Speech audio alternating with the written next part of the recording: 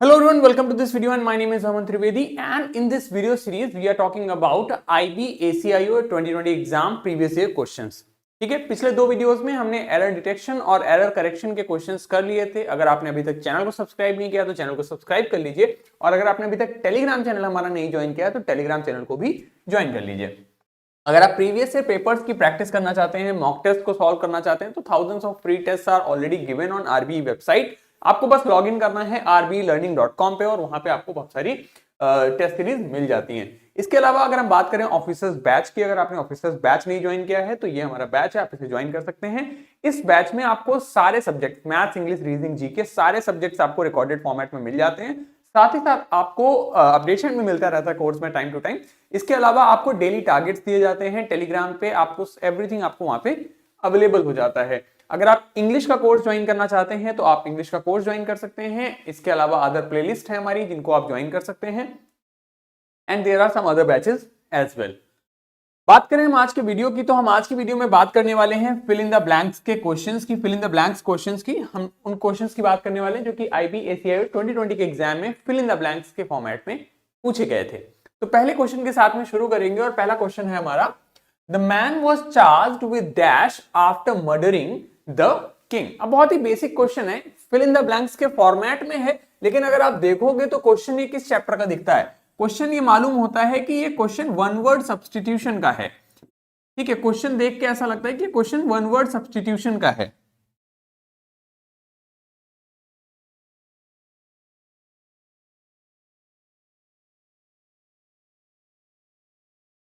ठीक है, क्वेश्चन देखने से लगता है कि ये वन वर्ड सब्स्टिट्यूशन का क्वेश्चन है, क्योंकि इसमें कह रहा है कि मैन को चार्ज किया गया था किससे, जब उसने किंग का मर्डर कर दिया था। ऑप्शन में है हमारे रिगिसाइड, जीनोसाइड, मैट्रिसाइड, होमिसाइड। अगर आप में से किसी ने वन वर्ड सब्स्टिट्यूशंस याद किए होंगे तो इसका आंसर आपने मार्क कर लिया होगा। बहुत ही सिंपल सा क्वेश्चन है। साइड आ रहा है वर्ड के एंड में। साइड का मतलब क्या होता है? साइड का मतलब हो जाता है किलिंग। ठीक है, सिंपल सी बात है आपका, सिंपल सी बात है आपका कि अगर आप राजा की हत्या करते हो तो रिगिसाइड। जीनोसाइड मतलब हो जाता है, जीनोसाइड एक पूरी पूरी रेस को की हत्या कर देना, पूरी पूरी नस्ल की हत्या करना होता है। मैट्रिसाइड हो जाता है मदर की हत्या,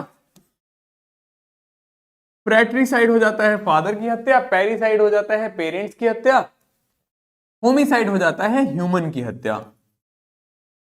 ठीक है, तो आंसर हमारा यहां क्या हो जाएगा? Regicide is the correct answer. The man was charged with regicide after murdering the king. ये हमारा सिंपल जवाब हो जाएगा इस सवाल का। ठीक है, इसमें कोई दिक्कत किसी को नहीं होगी। क्वेश्चन नंबर 2 की तरफ आते हैं। कहता है the museum is showcasing dash exhibit of the writer's early works.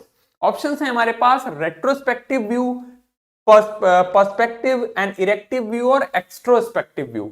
ठीक है, देखिए यहां पर अगेन हमारी रूट वर्ड होती है स्पेक्ट। रूट वर्ड होती है हमारी स्पेक्ट। स्पेक्ट का मतलब हो जाता है आप लोग देखना।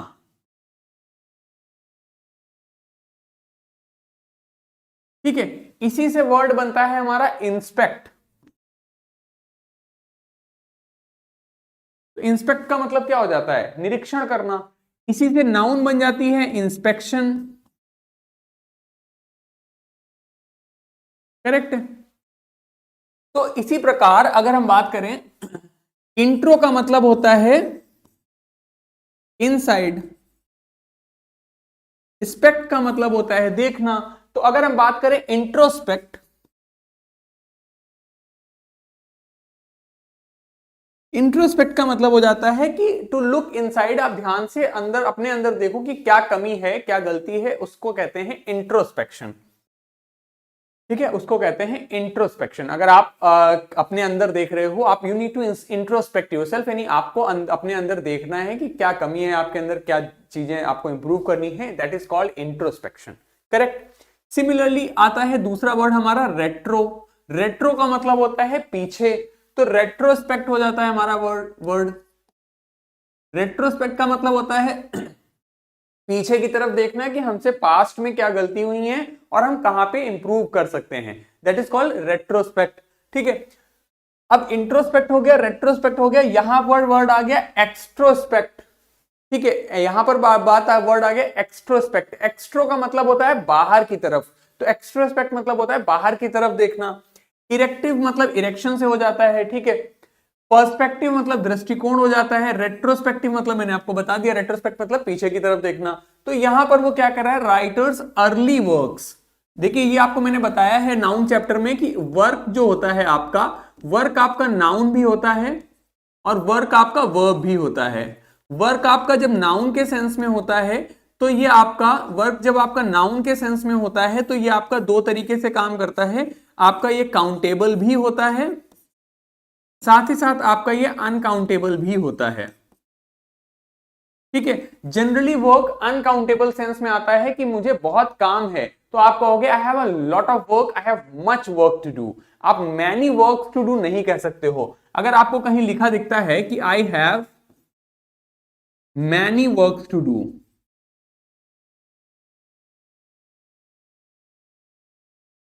तो ये लिखना गलत है, इनकरेक्ट है। मैनी वर्क्स टू डू नहीं लिखा जाता है, क्योंकि मच वर्क टू डू होता है, क्योंकि वर्क जो है आपका वो अनकाउंटेबल नाउन है।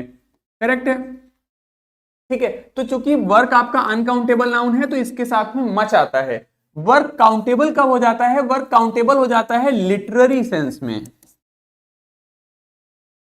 जब हम लिटरेचर के सेंस में बात करने लगते हैं तब वर्क आपका काउंटेबल हो जाता है। जैसे कि यहां पर राइटर के लिखाई के बारे में बात कर रहा है, लेखन के रिलेटेड में बात कर रहा है, इसलिए यहां पर ये प्लूरल आया है। इसके अलावा जब रिपेयर के सेंस में आता है वर्क तब भी प्लूरल हो जाता है, जैसे कि पीडब्ल्यूडी पब्लिक वर्क्स डिपार्टमेंट, ठीक है। तो यहां पर आपका वर्क का समझ में आ गया। आंसर हमारा हो जाता है retrospective is the correct answer, ठीक है। पर्सपेक्टिव मैंने बताया दृष्टिकोण, a way of regarding situation and judging their relative importance is called perspective. आपका कि आपका पर्सपेक्टिव क्या है, आपके इसके प्रति दृष्टिकोण क्या है। एक्सट्रोस्पेक्टिव मतलब इंट्रोस्पेक्टिव ना होना, examining what is outside yourself, बाहर की तरफ देखना, मैंने आपको बताया। नेक्स्ट क्वेश्चन, क्वेश्चन नंबर 3 कहता है a dash tree loses its leaves in autumn and grows new ones in spring. यानी कि किस प्रकार का ट्री जो होता है वो अपनी पत्तियां ऑटम में छोड़ता है और स्प्रिंग में नई पत्तियां निकालता है। तो कौन सा ऑप्शन है, कह रहे डेसिडुअस, एसिडुअस, डिविडुअस और रेजिडुअस। रेजिडुअस देखो जितने भी OUS लगता है वो सारे के सारे वर्ड क्या हो जाते हैं, तो words ending with OUS are generally adjective. Correct. Residues किससे वर्ड बन रहा है, रेजिड्यूस का मतलब हो जाता है रेजिड्यू। रेजिड्यू मतलब होता है जो बचा हुआ है, बचा खुचा। डिविडुअस किससे बन रहा है वर्ड, डिवाइड से, मतलब हो गया जिसे डिवाइड किया जा सके, ठीक है। एसिडुअस, सेडुलस, डिलीजेंट, ठीक है। एसिडुअस, सेडुलस, डिलीजेंट, आर्डस, इन सभी का मतलब हो जाता है मेहनती, कड़ी मेहनत करने वाला व्यक्ति। तो एसिडुअस, सेडुलस, डिलीजेंट, आर्डस मतलब हो जाता है कड़ी मेहनत करने वाला, जो बहुत ही सिंसियर है, हार्ड वर्क करता है, मेहनत करता है। तो बचता है हमारा डेसिडुअस। डेसिडुअस ही कहते हैं ऐसे ट्रीज को जो कि आपके पत्तियां छोड़ते हैं ऑटम में और आपके स्प्रिंग में नई पत्तियां निकलती हैं, उन्हें डेसिडुअस वृक्ष कहा जाता है, ठीक है। क्वेश्चन नंबर 4 कहता है while it is undeniable that I have enjoyed living as dash in the states, I would like to return home now. Options है हमारे डिपैट्रिएट, एक्सपैट्रिएट, पैट्रिएट और रिपैट्रिएट। तो आप सभी सारे शब्द एक जैसे हैं, आप देख सकते हो यहाँ पर ट्रिएट यानी लगा हुआ है। तो सबसे पहले जानते हैं पैट्रिएट का मतलब क्या है, फिर आगे बात करते हैं। पैट्रिएट का मतलब हो जाता है to bring something under the authority of an autonomous country, यानी किसी भी चीज को एक ऑटोनोमस कंट्री को किसी चीज को अथॉरिटी के अंदर लेके आना, दैट इज कॉल्ड आपका पैट्रिएट। डिपैट्रिएट मतलब डी मतलब विड्रॉ, तो विड्रॉ और cause to withdraw from one's country और टू बैनिश, किसी को देश निकाला दे देना, देश से निकाल देना, दैट इज कॉल्ड डिपैट्रिएट। किसी को देश से निकाल देना, that is called depatriate. Repatriate मतलब होता है send someone back to their country. आप अपने देश से दूसरे देश में गए और वहां पर आपको उस देश ने तुम्हें वापस तुम्हारे घर भेज दिया, दैट इज कॉल्ड रिपैट्रिएट, ठीक है।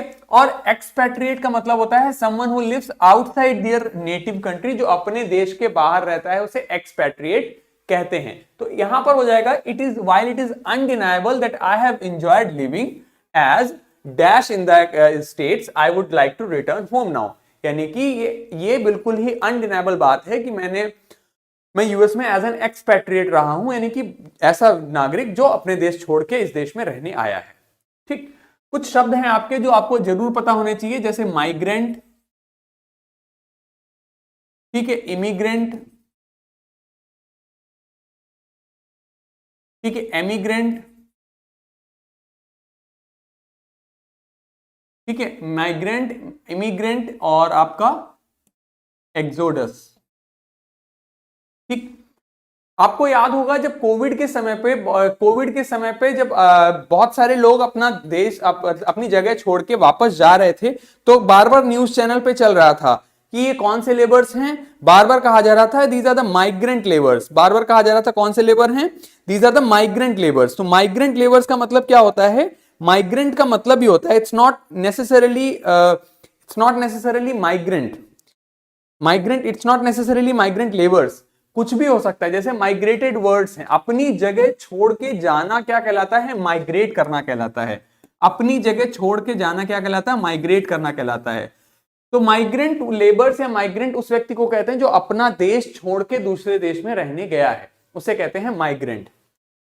ठीक है, it's not necessarily country, it can be your place, it can be your village. ठीक है, तो उसे माइग्रेंट कह देते हैं। अब इमिग्रेंट और एमिग्रेंट में क्या अंतर है, समझिए ध्यान से। इमिग्रेंट का मतलब हो गया कि आना और एमिग्रेंट का मतलब जाना। थोड़ा ध्यान से समझना। जैसे कि मैं, या मान लीजिए विजय माल्या अपना देश इंडिया छोड़ के लंदन रहने गया। ठीक, तो लंदन में एक क्या काउंटर होगा, एक इमिग्रेशन काउंटर होगा। ठीक है, तो लंदन में एक इमिग्रेशन काउंटर होगा जिसमें जाके आप अपना वीजा वगैरह दिखाओगे। तो इमिग्रेंट किसे कहते हैं, जो दूसरे देश में, जैसे हमारे देश में दीज आर द इमिग्रेंट्स, जो दूसरे देश से आए हुए लोग हैं उन्हें इमिग्रेंट्स कहेंगे। ठीक, लेकिन भारत के लिए एमिग्रेंट हो गया विजय माल्या। ठीक है, यू आर द एमिग्रेंट, मतलब आप यहां से जाके वहां रह रहे हो, दैट इज एमिग्रेंट। ठीक है, थोड़ा सा स्लाइट डिफरेंस है, समझ लीजिए। Question number 5, okay, you are seeing the direct answer here. Question number 5, the police dash mute spectators to the entire incident which took place right outside the KEM hospital. तो ये मैंने आपको कल के video में भी हमने शायद बात करी थी इसके बारे में। पुलिस, पब्लिक, ठीक है, पुलिस, पब्लिक, पीजेंट्री, ये सारे वर्ड्स जो होते हैं ये हमेशा प्लूरल रहते हैं। They always take people,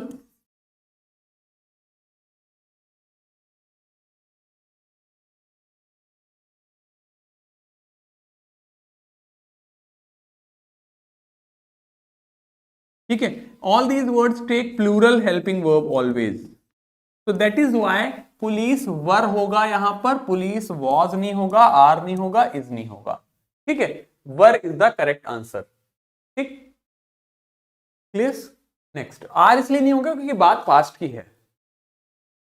question number 6 कहता है the national debt dash at an alarming rate thereby causing concern among economists. तो नेशनल रेट जो डेट जो है, राज का जो घाटा है, राज का जो कर्जा है, वह अलार्मिंग रेट से बढ़ रहा है। करेक्ट, तो thereby causing concern among economist. Correct, हमने क्या कहा, बढ़ रहा है। करेक्ट, ठीक, that means we want to say things in present and the action is progressive, the action is continuous, so that is why we will have to use progressive tense. We are not telling a fact, we are telling something which is happening right now. Correct, so we need progressive tense, hence we need present continuous tense. Correct, Present continuous is not given in option, and present continuous is used to express something that is happening right in front of you, like I am teaching. So this is an action which is happening right in front of you. That is why you use present continuous to express that. But in this particular sentence, the national debt dash बढ़ रहा है बहुत तेजी से. So is grown, ये कौन सा tense हो गया? Is plus verb third होता है आपका passive voice of present indefinite tense. This is passive of present indefinite tense. Correct? Has to be growing नहीं होगा. Had been grown नहीं होगा. Has been growing is the correct answer. As I said, we need progressive tense, and from options we'll choose present perfect continuous tense क्योंकि कई समय से बढ़ रहा है. तो यहां पर हो जाएगा the national debt has been growing at an alarming rate, thereby causing concern among economists. Many of you might be thinking that why I'm emphasizing so much on the concept or so much on the tense while we could have answered it in the 1 second. My simple motto behind making these videos is not that I need to tell you the answers of these questions. I want you to understand the concepts. आपको concept समझाना अत्यंत आवश्यक है. आप में से बार बार मुझे message करते हैं, बार बार लोग पूछते हैं कि सर इतने सारे रूल्स याद कैसे रखें. अगर आप क्वेश्चंस को सॉल्व करते समय एक बार दिमाग में रूल्स को रिवाइज करोगे ना, तो आपको कभी भी रूल्स को याद करने में दिक्कत नहीं आएगी. अब इस सवाल का अगर आपने करते वक्त इतना सा ध्यान दे लिया जितना मैंने आपको बताया, तो अगली बार से आपको ऑटोमेटिकली वो चीजें रिमाइंड होती जाएंगी. आप उन्हें कभी गलत नहीं करोगे. लेकिन आप सिर्फ अंधी चुपकी मार्क करोगे आंसर, तो इंग्लिश में आंसर बहुत जल्दी गलत होगा. ध्यान से इस बात को समझो कि बच्चा मैथ्स का पेपर देके जब निकलता है तो वो कहता है कि सर 30 क्वेश्चन आए थे, 30 में से हमने सर 25 करे हैं, 5 क्वेश्चन सर नहीं हुए, 5 क्वेश्चन किए हैं, उसमें से 2 में डाउट है, 3 तो सर मैंने छोड़ दिए. करेक्ट. लेकिन इंग्लिश का पेपर देके जब लड़का निकलता है और कहता है सर 45 थे, 45 के 45 मार्क किए हैं, उससे पूछो सही कितने हैं सर, पता नहीं. Because you never know in English. That's how harsh this subject is. आपको पता नहीं चलता है कि आपने कितने सही किए, कितने गलत किए. जब आप अपना दही खा रहे होते हैं तो सबको अपना दही मीठा लगता है, सबको लगता है कि हाँ मेरा ही सबसे बढ़िया है. लेकिन जब बाद में आप आंसर की देखते हो तो आप पाते हो कि 5-6 सवाल आपने बेवकूफी में गलत किए हैं. और वो गलतियां तभी सही होंगी when you attempt the paper by being completely aware. Awareness is very very important. क्योंकि जब आप आंसर की देखते हो तो आप देखते हो कि यार ये तो मुझे आता था, ये कैसे गलत हो गया, इसमें तो कुछ ऐसा था ही नहीं जो हमसे मिस हो जाता. तो वो चीजें तभी बंद होंगी जब तक आप प्रैक्टिस नहीं करोगे, और प्रैक्टिस करते वक्त उसे रिवाइज नहीं करोगे, उस पर ध्यान नहीं दोगे.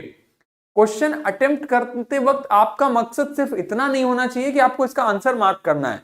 नंबर ऑफ क्वेश्चंस नहीं, quantity, quality matters over the quantity. ठीक है, चलिए आगे बढ़ते हैं क्वेश्चन नंबर 7 पे.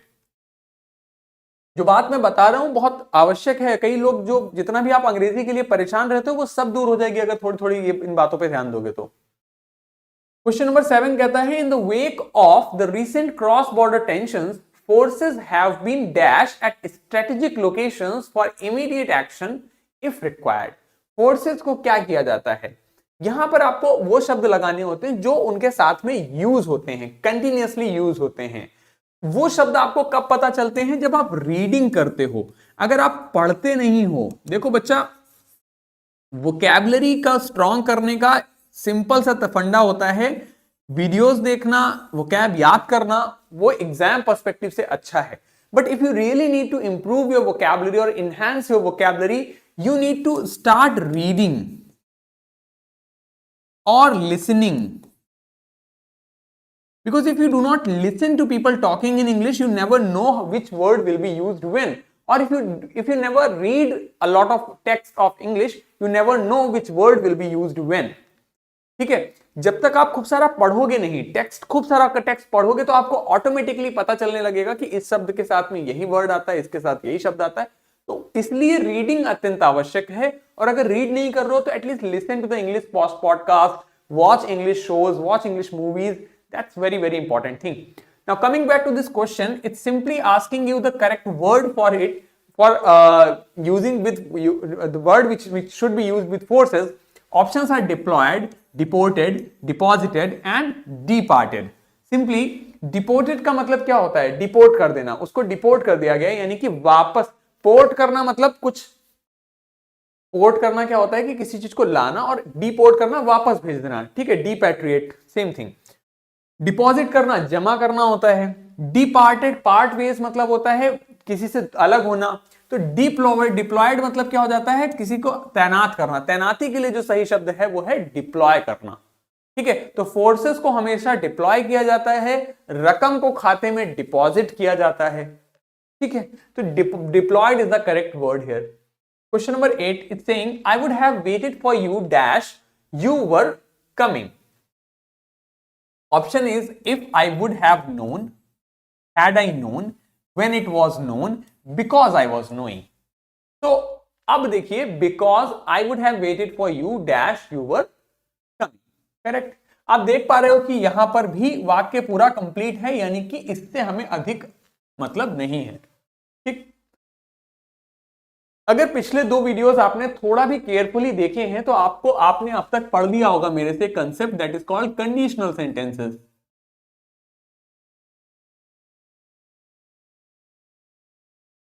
कंडीशनल सेंटेंसेस में मैंने आपको बताया कि past conditional is very very important. इस पे बेस्ड 3 सवाल हमें आईबीएसई के एग्जाम में मिल चुके हैं।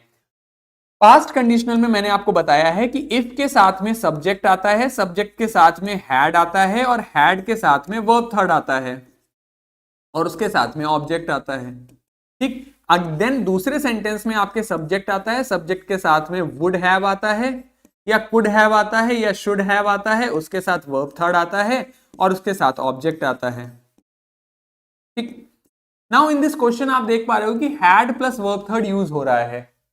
करेक्ट, अगर हैड प्लस वर्ब थर्ड यहां यूज हो रहा है, would have plus verb third use हो रहा है, आप देख पा रहे हो, यानी कि सेंटेंस में क्या आएगा, had plus verb third. And similar concept पे कल भी क्वेश्चन था जहां मैंने आपको बताया था कि कंडीशनल सेंटेंसेस को एक्सप्रेस करने के लिए हम इफ की जगह पर हैड लगा के भी लिख सकते हैं। तो इस वजह से यहां पर आई वुड हैव नोन सही नहीं होगा, व्हेन इट वाज नोन सही नहीं होगा, बिकॉज आई वाज नोइंग सही नहीं होगा, सही होगा हैड आई नोन। तो I would have waited for you had I known you were coming. मैंने तुम्हारा इंतजार किया होता अगर मुझे पता होता कि तुम आने वाले हो। ठीक,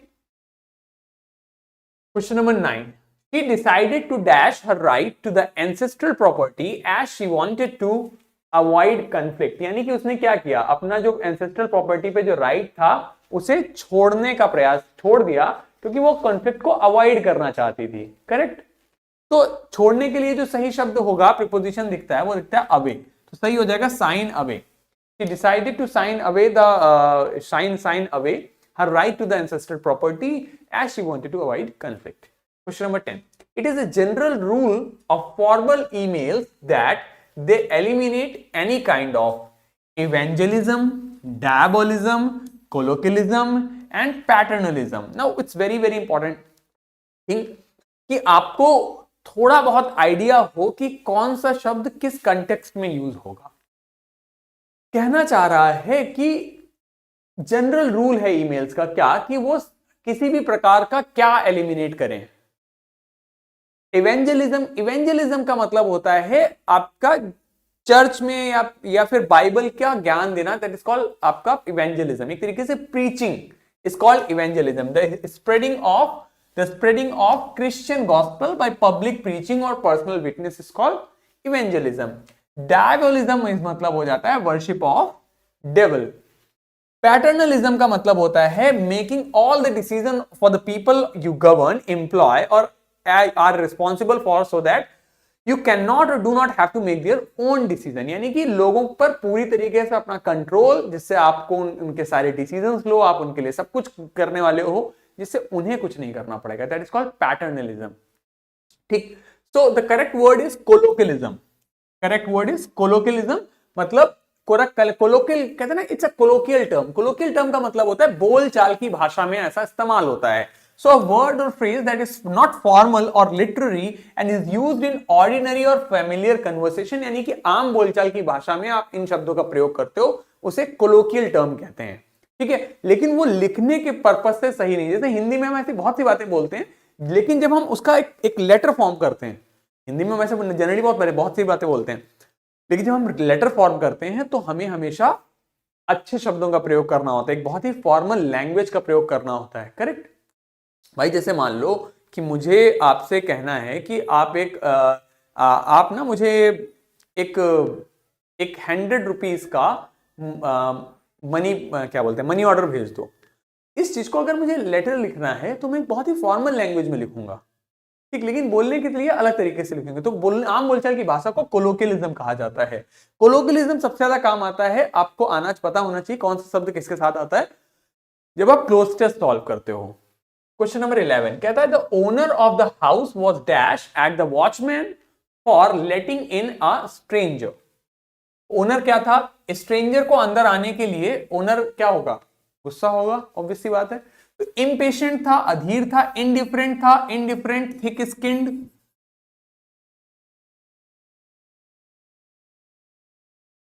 अपैथेटिक। ये वर्ड भी बहुत बार पूछा जाता है एसएससी के एग्जाम में, अपैथी, इम्पैथी,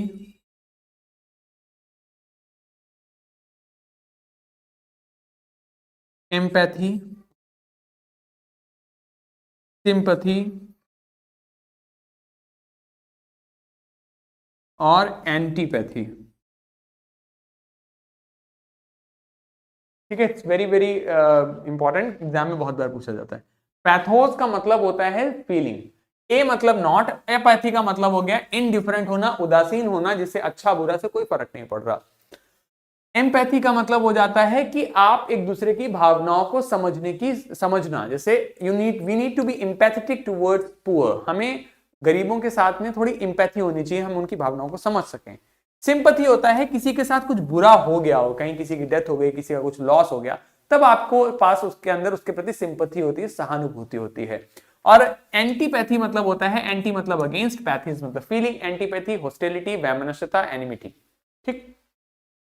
इम्पेशेंट मतलब अधीर होना, इंडिग्नेंट मतलब नाराज होना, इंडल्जेंट आंसर हो जाएगा हमारा सिंपली इंडिग्नेंट मतलब नाराज होना। तो the owner of the house was angry at him, गुस्सा था ना, तो इसलिए जो सही शब्द हो जाएगा वो यहां पर हो जाएगा the owner of the house was indignant at the watchman for letting in the stranger. Stranger को अंदर आने के लिए अलाउ करने की वजह से जो ओनर था वो क्या था, वो गुस्सा था उससे।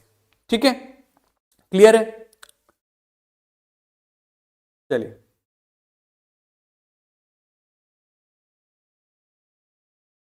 Next question number 12। Speaking dash is sometimes considered a virtue, especially when the speaker has an important point to make. यानी कि कैसे बोलना कई बार considered a virtue, especially when the speaker has an important point to make. Out of date, out of turn, out of control और out of hand. तो अपने turn के बिना बुलाए बोलना, तो out of turn is the correct word.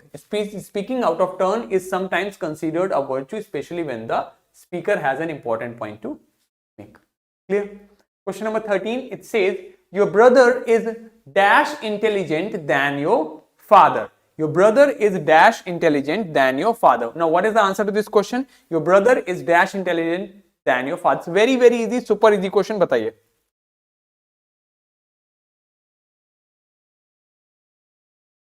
तो your brother is dash intelligent then your brother. आप सिंपली सवाल में देखते हो यहां पर क्या लिखा हुआ है, देन। अगर वाक्य में देन लगा हुआ है तो इसका मतलब क्या है, आपको मोर का प्रयोग कर देना है। बात कर question number 14। Problem at least for those holidaying in Gibraltar is that neither of these hotels dash a beach. Has, have, had और हैविंग। देखो हैविंग तो आएगा नहीं, क्योंकि हैविंग आता है जब आप पार्टी कर रहे हो, हम having a party today, I am having pizza right now, तो कुछ खा पी रहे हो या एंजॉय कर रहे हो, तब हैविंग आता है। हैड आता है जब पास्ट की बात हो, उसकी भी बात है नहीं। अब बात सिर्फ सिंगुलर या प्लूरल की है। सब्जेक्ट हमारा क्या है, नीदर, और नीदर अगर हमारा सब्जेक्ट होता है तो कैसा होता है, सिंगुलर सब्जेक्ट होता है हमारा, तो यहां पर हो जाएगा had. Neither of these hotels has a beach. ठीक है, have might sound right, but the correct answer is has here. So remember that. Question number 15. They were fortunate enough to get a look at the dash mansion from the inside in the possessed area of the city. यानी कि शहर के सबसे आलीशान जगह area में they were fortunate, काफी fortunate थे, भाग्यशाली थे कि उन्हें वो mansion देखने को मिला। Benevolent, bene मतलब good, volent मतलब जो benevolent जो दूसरों का भला करे, that's called benevolent. Indolent, lazy, sluggish, तो इंडोलेंट, लेजी, स्लगिश मतलब होता है जो बहुत ही ज्यादा आलसी है। इंसोलेंट, ब्रेजन, ब्रैश, चार्लिश, बदतमीज। ठीक है, इंसोलेंट, चार्लिश, ब्रेजन, बदतमीज, जो बदतमीज है, who doesn't behave properly. So the correct word here is opulent, क्योंकि opulent का मतलब होता है भव्य। ठीक है, तो opulent is the correct answer, जो बहुत ही भव्य है, बहुत अच्छा है, that's called opulent. Sorry. Question number 16. Women have constantly been dashed to secondary positions in this men-driven society. Options are serrated, arbitrated, liberated और relegated. तो आंसर मैंने दिखा दिया था आपको पहले। सिरेटेड मतलब क्या होता है? सिरेट करना, हैविंग और डिनोटिंग अ जैग्ड एज, सॉ लाइक। तो सिरेटेड मतलब बहुत ही शार्प एज जो होती है, दैट्स इन दैट सेंस। ठीक है, किसी के पास जैसे सॉ लाइक एज हो, बहुत शार्प एज हो। आर्बिट्रेटेड मतलब हो जाता है रीच एन अथॉरिटेटिव जजमेंट और सेटलमेंट। आर्बिट्रेटेड मतलब दो लोगों के बीच में समझौता करना, जजमेंट सुनाना, इन दैट सेंस। लिबरेटेड मतलब आजाद करना। Relegated is the correct answer. Relegate का मतलब होता है किसी को कोई कार्य असाइन करना, असाइन एन इंफीरियर रैंक और पोजीशन टू समबडी। तो वो यही कहना चाह रहे हैं कि वुमेन को हमेशा सेकेंडरी पोजीशंस पे पुश किया गया in this main driven society. Relegated, ध्यान रखिए, relegated means to push somebody, to assign an inferior rank to somebody. It's very important, remember this. Question number 17, it's simply saying we can only dash to a few of the measures which received his efficient support. Allude, prude, exude or prelude. So what is the answer to this? We can only dash to a few of the measures which received his efficient support. हम कुछ ही measures को क्या कर सकते हैं? Allude कर सकते हैं। अल्यूड मतलब होता है सजेस्ट और कॉल अटेंशन टू इनडायरेक्टली, मतलब इनडायरेक्टली सजेशन देना, इनडायरेक्टली सजेस्ट करना कुछ, that is called allude, allusion. ठीक है, इल्यूड मतलब होता है बचना, भागना। ठीक है, इल्यूड, इल्यूसिव। प्रूड मतलब होता है अ पर्सन हु इज और claims to be easily shocked by matters relating to sex और nudity, that is called prude. Exude मतलब होता है डिस्चार्ज होना, किसी भी चीज को डिस्चार्ज सेंस में आता है। और प्रील्यूड, प्री मतलब पहले, तो प्रील्यूड मींस एन एक्शन और event serving as an introduction to something more important, that's called prelude.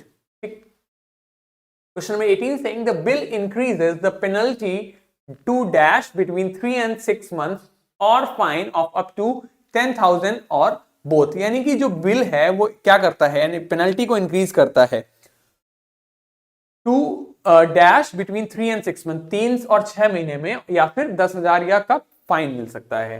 तो डिस्चार्ज, लिबरेशन, बैनिशमेंट, इंप्रिजनमेंट। देखो ये ना मतलब वैसी चीजें होती हैं कि अगर आपने कभी भी इस तरीके के गवर्नमेंट एड्स या गवर्नमेंट नोटिस बोर्ड पढ़े होंगे तो उसमें यही लिखा होता है कि ऐसा करने पर आपको 3 साल की सजा अथवा 50,000 का जुर्माना या दोनों हो सकता है। तो सजा के में क्या होता है, इंप्रिजनमेंट मिलता है। तो आंसर यहाँ क्या हो जाएगा, इंप्रिजनमेंट। लिबरेशन आजाद होता है, बैनिश देश निकाला, डिस्चार्ज नहीं।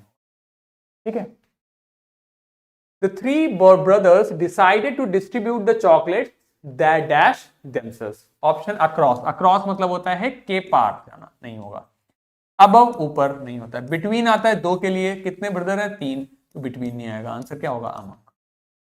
Simple. 20 his performance was absolutely dash disaster, यानी कि परफॉर्मेंस बहुत खराब थी। अंडरमाइन डिजास्टर, नो, आपको डिग्री बढ़ाना है। अनजस्ट डिजास्टर, नहीं, अनजस्ट भी मतलब किसी के साथ अन्याय हो, उस सेंस में आता है। मिटिगेट मतलब होता है किसी चीज को कम करना, किसी के दुख परेशानी को कम करना। अनमिटिगेटेड मतलब जिसमें कम ना किया जा रहा हो, और हमें डिजास्टर मतलब बताना बहुत खराब था, तो आंसर क्या हो जाएगा, अनमिटिगेटेड डिजास्टर, एब्सोल्यूट डिजास्टर, मतलब बिल्कुल भी कमी नहीं हो रही, बहुत ही खराब था। The national war memorial is dash to our armed forces, dedicated, consigned, honoured और इंस्क्राइब्ड। इंस्क्रिप्शन मतलब होता है किसी के अंदर कुछ लिखा जाता है, that is called inscription on the coin. Coin पे कुछ छपा होता है, उकेरा जाता है, that is called inscription. Honoured सम्मान देना, कंसाइनमेंट किसी को कुछ डिलीवर करना। आंसर हो जाएगा डेडिकेटेड। ठीक है, dedicated is the correct answer here. The national war memorial is dedicated to our armed forces. Clear. 22 the four most dash categories for public investment are shown in this table: wary, chary, cautious. ठीक। प्रोपिटियस मतलब होता है बहुत ही लाभ देने वाली, शुभ, बहुत ही अच्छा। कार्व्ड, कार्विंग की जाती है, आपकी वुड पे कार्विंग की जाती है, मूर्ति में कार्विंग की जाती है। इंटरट्विन्ड मतलब बहुत ही कॉम्प्लेक्स, इंटरट्विन्ड मतलब एक दूसरे में ऐठी हुई। तो 4 most dash categories for public investment are shown in this table, यानी कि इस टेबल में कैसी कैटेगरीज को आप शो कर रहे होगे, ऐसी कैटेगरीज जो सबसे ज्यादा प्रॉफिटेबल। करेक्ट, तो आंसर क्या हो जाएगा? प्रोपिटियस, नॉट इंटरट्विन्ड। इंटरट्विन्ड कॉम्प्लेक्स चीजों को नहीं बताओगे आप, propitious is the correct word. The old man wished to donate his dash wealth for the upliftment of the downtrodden. उसने अपनी पूरी वेल्थ को दबे कुचलों के उत्थान के लिए डोनेट करने का फैसला किया। तो इल्यूसिव वेल्थ, इल्यूस मतलब बचना, इंटेंस मतलब होता है बहुत अधिक। वेल्थ के सेंस में इंटेंस नहीं आएगा, इंटेंस वेल्थ नहीं होगा, इंटेंस साउंड होगा, इंटेंस हार्डवर्क हो सकता है। ठीक। एमिनेंट मतलब होता है पॉपुलर, करेक्ट हो जाएगा इमेंस, अत्यधिक वेल्थ जो है अपनी डोनेट करने का फैसला किया। The Egyptian mongoose is mainly dash, although it sometimes hunts during the day. अब आप बात को ध्यान से समझो, कहना चाह रहा है कि इजिप्शियन मंगूज मेनली क्या है, यद्यपि वह दिन में भी हंट करता है, दिन में भी हंट करता है, इसका मतलब मेनली क्या है वो? रात्रिचर। रात्रिचर के लिए सही शब्द क्या है? नॉक्टर्नल। एवरिस मतलब लालच, प्लायंट मतलब प्लायबल, जो आसानी से लचीला हो, जैसे चाहो वैसे बात मान ले। सब्सटेंशियल मतलब अच्छी खासी अमाउंट में। ईदर ही और I dash leading the team tomorrow, same concept हम तीसरी बार पढ़ रहे हैं इन 3 वीडियो की सीरीज में। मैंने आपको बताया है कि यदि ईदर और या नीदर नॉर